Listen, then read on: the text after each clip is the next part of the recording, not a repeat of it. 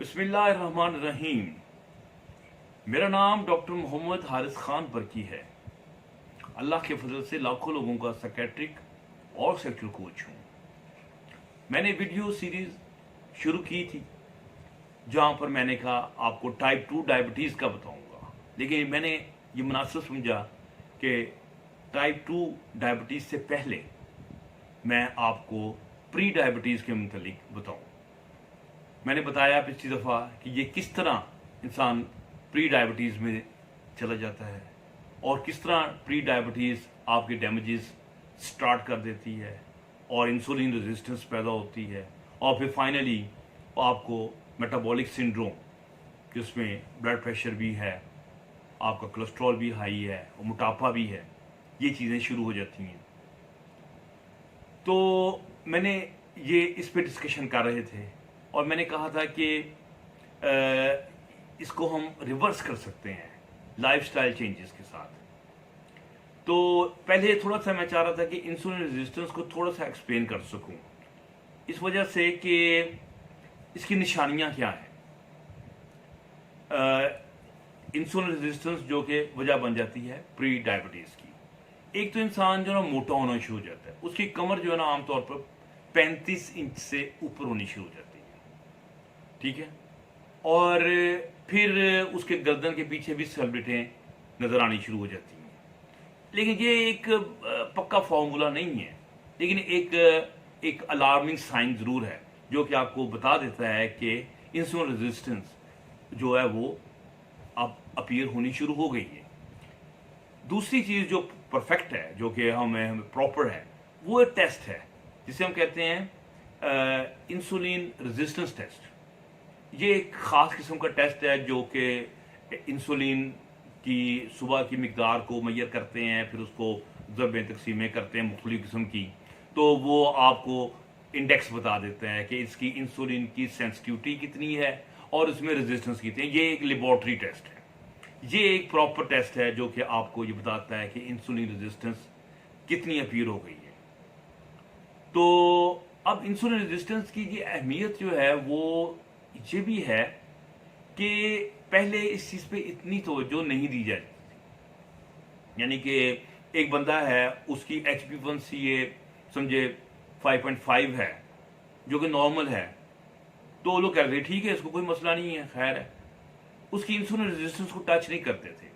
तो एक तजर्बा पीछे से दिन स्टडीज आई कि उन्होंने नौजवान लोग जिनको इंतशार नहीं आ रहा था, जो कि इरेक्टाइल डिसफंक्शन का शिकार थे और अपेरेंटली उनमें कोई ऐसा फिजिकल मसला नज़र नहीं आ रहा था और उनको यही कहा गया था ये साइकोलॉजिकली मसलों में है जिसकी वजह से ये सेक्स नहीं कर पा रहे, यानी कि इनमें इंतशार कम आ रहा है।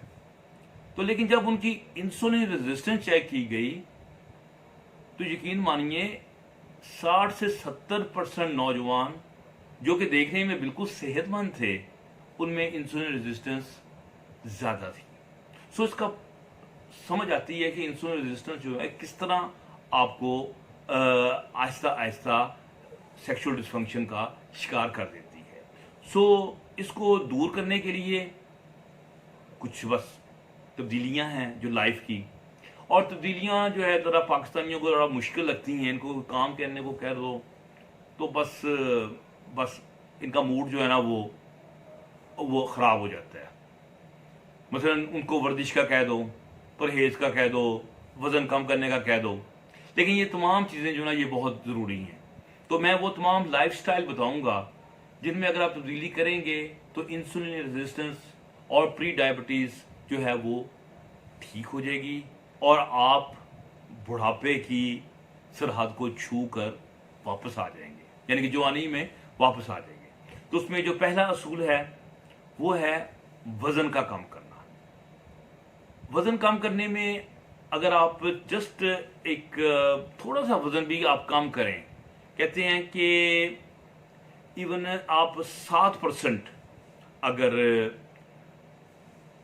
वज़न कम कर देते हैं तो आपकी इंसुलिन जो है वो 57% एफिशिएंट हो जाती है। आई मीन कितनी इजी है कि जैसे अगर आप 90 kg की हैं तो आप 8 पाउंड कम कर लें, 8 किलो कम कर दें, तो आप देखें आपको इतना फायदा हो जाएगा, जो कि मे बी आपके सामने से नजर तो ना आए देखने में, लेकिन जब आपकी इंसुलिन की वर्किंग है ये बेइंतहा बेहतर हो जाती है। तो अब जो वजन को कम करना है इसके ऊपर भी डिस्कशन चलती रहेगी, और उसी सिलसिले में है सबसे पहले अहम है फूड, कि सही फूड क्या है। एक मशहूर फूड है जिसे हम कहते हैं मेडिटेरेनियन फूड। इसके नाम पे ना जाएं, सीधी सी बात है कि जो लोग ज़्यादा जैतून, फ्रूट्स, वेजिटेबल्स, प्रोटीन्स, मछली, अपना फिर उसके अलावा ब्राउन राइस, लोबिए, लेग्यूम्स, सैलड्स, मतलब जो लोग ये ज़्यादा खाते हैं उन लोगों में प्री डायबिटीज़ बहुत कम होती है। तो अगर आप भी अगर अपनी फूड जो है उसमें ये चीज़ें ज़्यादा शामिल कर देंगे तो आपका डायबिटीज़ होने का चांस भी कम हो जाएगा। अब देखिए इसका बड़ा कमाल है इस फूड का कि इसमें कैलोरीज इतना डाउन नहीं जाती। मतलब हम कहते हैं कि अनसैचुरेटेड फूड जो हैं फैट्स वो लें, जैसे नट्स हैं, जैतून है, फिर इसके अलावा मस्टर्ड ऑयल है, तो वो जो है वो आप इंसुलिन जो है वो कैलोरीज इतनी डाउन नहीं जाती, लेकिन आपकी जो इंसुलिन की वर्किंग है ये बेइंतहा बेहतर हो जाती है। सो ये चीज़ें बड़ी अहम है। फिर हमने क्या चीज़ें जो हैं उनको यानी कि अवॉइड करना है, इसको हमने जो देखना है तो हमने उसको एक इंडेक्स है जिसे हम कहते हैं ग्लाइसेमिक इंडेक्स स्केल, यानी कि हमने कोई खुराक खाई और हमारी इंसुलिन बढ़ी। आपको पता है जो खुराक अंदर जाती है ग्लूकोज बढ़ता है, तो और चीज़ें भी जो जिस्म के अंदर जब खून के अंदर जाती है तो इंसुलिन आती है उनको लेवल्स को ठीक करने के लिए। जो चीज़ें खाने से एकदम इंसुलिन स्पाइक लेती है, बढ़ती है, हम ये कहते हैं कि हाई ग्लाइसेमिक इंडेक्स स्केल है, और जिनसे कम बढ़ती है वो लो है। अब फूड जिस तरह प्रोटीन्स हैं, फैट्स जो कि अनसैचुरेटेड हैं, फाइबर्स हैं, ये आहिस्ता आहिस्ता इंसुलिन को बढ़ाते हैं। सो हम कहते हैं इनका लो ग्लाइसेमिक इंडेक्स है। हमने वो फूड्स जो है ना वो इस्तेमाल करनी है, और हमने फिर इस्तेमाल क्या नहीं करना जो कि हाई इंडेक्स की हैं, वो भी बड़ी सीधी सीधी हैं। रिफाइंड शुगर है, शुगर की बनी हर चीज़ चिट्टी जो है, चिट्टी चीज़ बस वहाँ से भागना है, स्वाय चिट्टी चीज़ जो है वो लड़की अच्छी लगती है बस, बाकी हर चीज़ से आप डरें। उसे चिट्टे चावल, चिट्टी चीनी, पिज़्ज़ा, वाइट डबल रोटी, नान, ये चीज़ें जो हैं ये सब के सब एकदम शुगर लेवल जो है इनको बढ़ाती हैं, इंसुलिन स्पाइक करती हैं, और जिससे इंसुलिन रेजिस्टेंस जो है वो पैदा होती है। फिर इसके अलावा ये आप जितने जूसेस वगैरह पीते हैं, सॉफ्ट ड्रिंक्स लेते हैं, आइसक्रीम्स खाते हैं, ये भी सब शुगरी चीज़ें हैं, ये सब की सब जो है ये इंसुलिन रेजिस्टेंस को बढ़ाती हैं और आपका जो इंडेक्स है ग्लाइसेमिक इंडेक्स इसको ख़राब करती हैं। सो आपने कोशिश ये करनी है कि वो खुराक लें जिसमें फ़ाइबर ज़्यादा हो। और फाइबर किस में ज़्यादा है, जैसे गाजरें, मूलियाँ, बंद गोभी, ब्रोकली, इसी तरह से फूल गोभी, इसी तरीक़ा से इसबगोल तो है ही फाइबर है जो कि डिज़ोल्व भी हो जाता है। फिर इसके अलावा खासा अच्छा फाइबर जो है आपको उसमें भी मिल जाता है। आपके जो लोबिया हैं, सफ़ेद लोबिया, लाल लोबिया, फिर इसके अलावा जौ और ओट्स ये इसको उर्दू में कहते हैं जई, यानी कि आमतौर पर लोग जई को के नाम से वाकिफ़ नहीं हैं, लेकिन ओट का जो दलिया मिलता है इसमें बहुत अच्छा फाइबर होता है। तो जितनी हम ये चीज़ें लेंगे उतना आपका ये इसमें फ़ायदा हो जाएगा। इस तरह कुछ शरबत वगैरह हैं जिनमें ख़ास तौर पे आपको पता है कि कईयों में कॉर्न उन्होंने डाला होता है, कॉर्न का सिरप। ये बहुत ही ख़तरनाक है। ये आपके जाता है जिगर में, वहाँ से उसकी वर्किंग को ख़राब करता है और शुगर के लेवल को बहुत तेज़ी से ख़राब करता है। हालांकि उसमें कैलोरीज उतनी नहीं होती, लेकिन डैमेज इसका बहुत ज़्यादा है। तो उन चीज़ों को हमने अवॉइड करना होता है। पानी जो है वो आप ज़्यादा पिएं, आपको पता ही 8 से 10 12 गिलास तक जो है वो आप पी लें। एक्सरसाइज वो करें। वैसे पाकिस्तानी कौम को मौत पड़ती है जब भी मैं कहता हूँ, पूछता हूँ अगली दफ़ा पेशेंट को एक्सरसाइज की, नहीं जी उठिया नहीं गया, ये नहीं गया, हो गया। यानी कि पारा जो एक्सरसाइज है ये 3 किस्म की है।